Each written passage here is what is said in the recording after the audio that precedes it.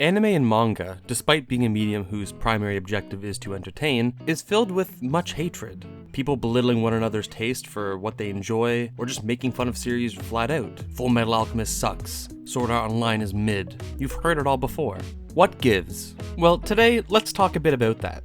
With this video, I hope to achieve two things. One, to impart an understanding of why hatred is such a predominant part of the anime and manga community, and two, why we should embrace it. We should become the haters. So why do people hate? Well, I think there's a rather simple argument that justifies this, but it requires some background knowledge. Now, there's a lot of controversy regarding how we should approach a series. When you have something as popular as, say, Sword Art Online, it's one thing to kind of watch the show then arrive at your own conclusions, but it's another thing to hear people talk about it beforehand and to hear the conclusions others have already arrived at. Now, there are a lot of purists out there that say, well, we should just look at the show itself and evaluate it on that basis alone. After all, if we're going to be talking about the Sword Art Online anime, then we should only be discussing those things about the Sword Art Online anime. So what others have to say about it, how it's been received in pop culture, these things shouldn't matter. Only the merit of the anime itself should be taken into consideration. The various things it does well, the things it does poorly, how it exceeds, that sort of thing. Legacy and reputation should ultimately play zero factor in our evaluation. Or so they say. This, to me, is a kind of empty ideal, and in most cases it will be impossible to actually achieve this with something such as Sword Art Online. And this is my rationale. We don't simply experience these anime and manga in a vacuum. It's not the case that I just happen to stumble upon a random series with no insight into what others think about it, and then arrive at my own thoughts entirely independent of everybody else. Now, this is possible in instances where you do genuinely come across some manga on your own and just read it without consulting anyone else.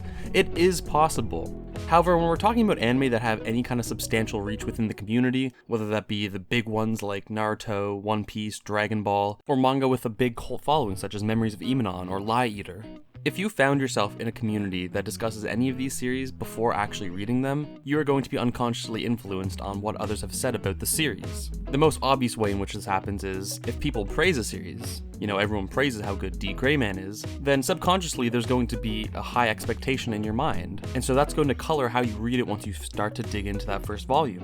Okay, this is supposed to be one of the greatest battle shonen of all time. I'm reading it, I'm looking for qualities of what I consider great battle shonen, and I haven't found it yet. So now suddenly I'm looking at the series through a more negative lens because it hasn't reached that status that others have ascribed to it. This is one very obvious instance in which the way people discuss a series influences how you read it. And I think this comes through in how you will ultimately talk about the series in the end. So a lot of people that were told that D. Greyman is the GOAT but only got through the first 3 volumes, they're gonna say, honestly, it wasn't that great, it didn't have the mark of any great classic battle shonen, it fails in these different areas. This is a far cry from one of the greatest battle shonen of all time. And whether they know it or not, that evaluation is largely influenced by the high standards set by the community that they were aware of before reading it. Now, some people think that they can try to mentally account for that bias going into the series, separate it out from their evaluation and produce a judgment that's wholly fair, that's wholly unbiased. And I just think, once again, that that's an unrealistic standard, an unrealistic expectation, because you are never aware of the full extent that these kind of previous presuppositions can have on your expectations going into a series. You only experience D. Greyman under the lens of, it's the GOAT. You don't know what it is like to read D. Greyman for the first time without that expectation. And because of that, that is an essential part of your evaluation. You can't simply remove it. And it's not even the case that you can just simply go back and reread it with this lower standard in mind, because already that lower standard has been influenced by a previous reading with the higher standard that was the result of community interaction. So no matter how you twist it, you're always going to be working with or against the community consensus if you're aware of it at all. And this works in the opposite direction too. You might not be aware of it, but some people are just simply predisposed towards disliking things that are slightly more popular. I think that there's good rationale for this because our taste is ultimately a reflection of who we are. If you like something, you're often going to identify with it to some extent. I love Naruto, and so when I read Naruto, this is an extension of me. This is what I like, it's a reflection of the things that I value, and so in a very real sense, it's a part of me. However, for a lot of people, it's difficult to try and identify with these bigger series because they ultimately want to craft a unique identity for themselves, and so if you have a series as big as Naruto, they can't do that because so many people already identify with Naruto, and so they feel like that's not really them, and so there's this kind of inherent predisposition against liking a popular series. However, you can only act on that predisposition if you're already aware that it's popular, which is, of course, an aspect of community. So, you might go into One Piece under the presupposition that, listen, I'm not gonna set my bar too high, I'm not gonna set it too low, we're gonna try and forget what the community's saying. But deep down, if you have that predisposition against more popular series, then that's already going to influence how you consume it, whether you're aware of it or not. So there are all these ways in which any knowledge of a community's opinion is going to influence you, because you're either gonna say, the bar is this high, let's see if it meets it, or you're gonna say, the community says the bar is that high, I don't believe the community, so let's go into it with a lower bar. Even in those instances, you're adjusting your bar on the basis of how accurate you think the community is at judging the anime or manga. So that's already a reaction to some knowledge about the community's opinion. So even here, even though you're reacting and not simply copying the community's opinion, it's a reaction, an action that can only occur as a response to some previous thing, that thing being the community. So even here, if you think you're being five-headed and avoiding the community consensus, too bad, you're reacting to it. You're necessarily involved in it still. So all that to say, we don't experience anime and manga in a vacuum. If you have any knowledge about a community's consensus, or even some community opinion about a series, that's going to influence how you interact with that series one way or another. But that's not necessarily a good thing or a bad thing, because if a community says that a series is very good, you go to read it, and it's very good, then your excitement will be somehow amplified. You'll be able to participate in these rich discussions with other community members and get a lot more out of the series. This is a net positive. Now obviously you can backlash, people can say that a series is the best of all time and it cannot meet that standard to you, and that sucks, but that's just a part of life. Now, obviously, if you simply stumble across a series of which you have no knowledge of how others conceive of it, then you can actually just create a judgment or an evaluation about that series without any influence of the community.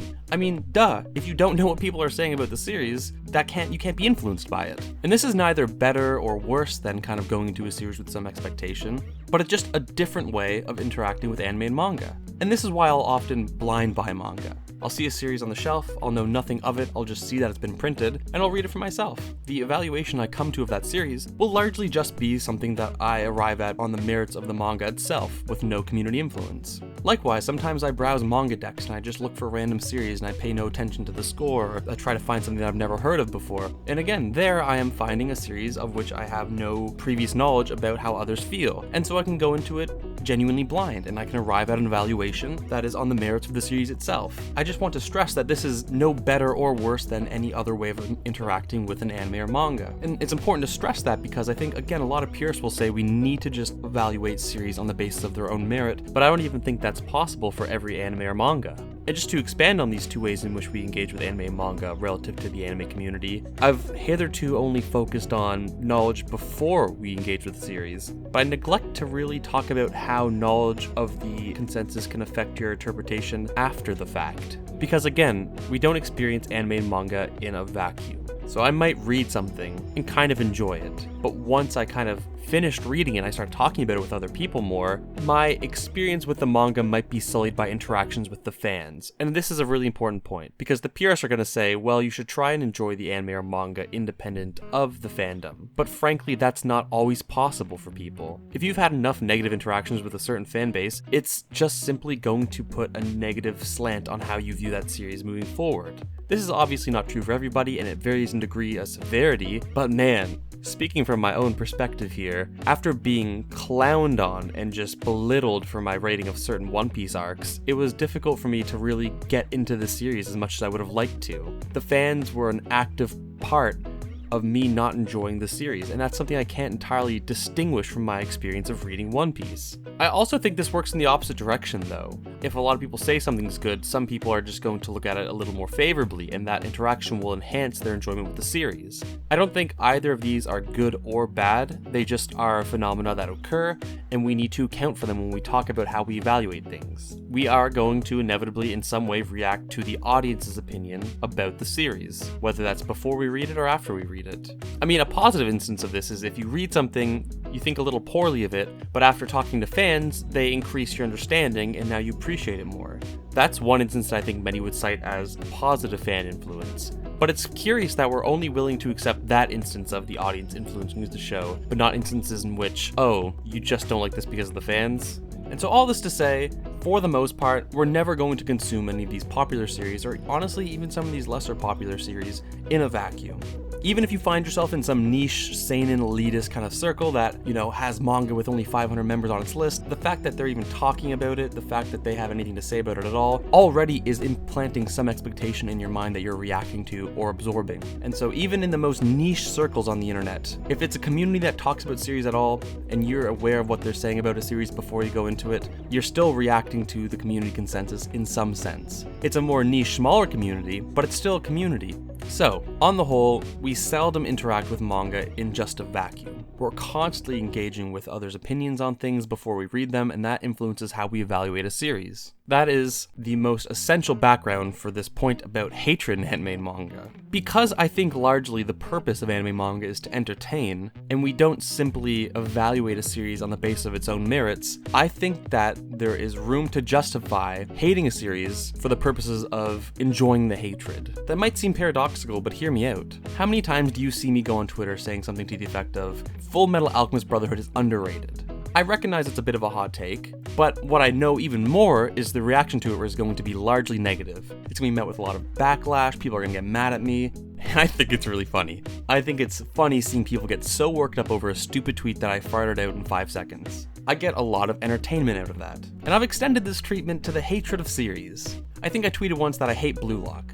I don't even know what Blue Lock's about. I never even read it, okay? And the amount of entertainment I got out of just seeing people mauling in the replies. Oh, how can you hate it? You never even watched it. I just did, baby. I just did. And so, if I can somehow justify getting more entertainment out of just hating the series rather than reading it, I think I'm justified in hating the series, because at the end of the day, anime and manga is about entertainment. And because we don't just engage with anime and manga on the merits of the series itself, I'm more than welcome to interact with how people talk about the series. And to be honest, having actually looked into Blue Lock a bit, it doesn't look like a series that I would super be thrilled about. And so hey, I think I actually would get more joy out of just hating on it than were I to actually read it. So why the fuck not? Now, at the same time, I recognize I could just be wrong. I could read Blue Lock, and I could really, really enjoy it. And I could think to myself in retrospect, maybe I shouldn't have been so harsh on it earlier on. And that's okay. We can be wrong. Normalize being wrong. Now, I know a lot of you will probably say, oh, Doofy, you're justifying hating things. That's creating a toxic culture in the anime manga community. I mean, okay, I get it. I mean, for a lot of people, this kind of hating attitude can really bring down the mood. It can really diminish the enjoyment you get out of anime manga. So in that sense, it's actually going against the primary purpose of anime manga that I previously discussed, to entertain. Right? If I'm encouraging people to go around hating series and that's making other people not enjoy it as much, then I'm kind of working against myself. But the fact of the matter is, people are going to hate. And sometimes we're gonna like it. Sometimes we're gonna want to join in and see people doggy pile on One Piece. It's fun to me, but if you're a One Piece fan, it's gonna be annoying. You're gonna hate it. Now, to be perfectly clear, when I'm talking about hating on a series, I mean hating on the series. It's fun to punch up at One Piece and make fun of One Piece, but I don't want to encourage bullying. Don't bully One Piece fans because you disagree about their taste in anime and manga. That's not cool. But One Piece as a series isn't a person, so fuck, go ham, go crazy. But please, restrict that hatred to the series itself. Don't let that incidentally come out against the people that enjoy the series. But I don't know. What do you think?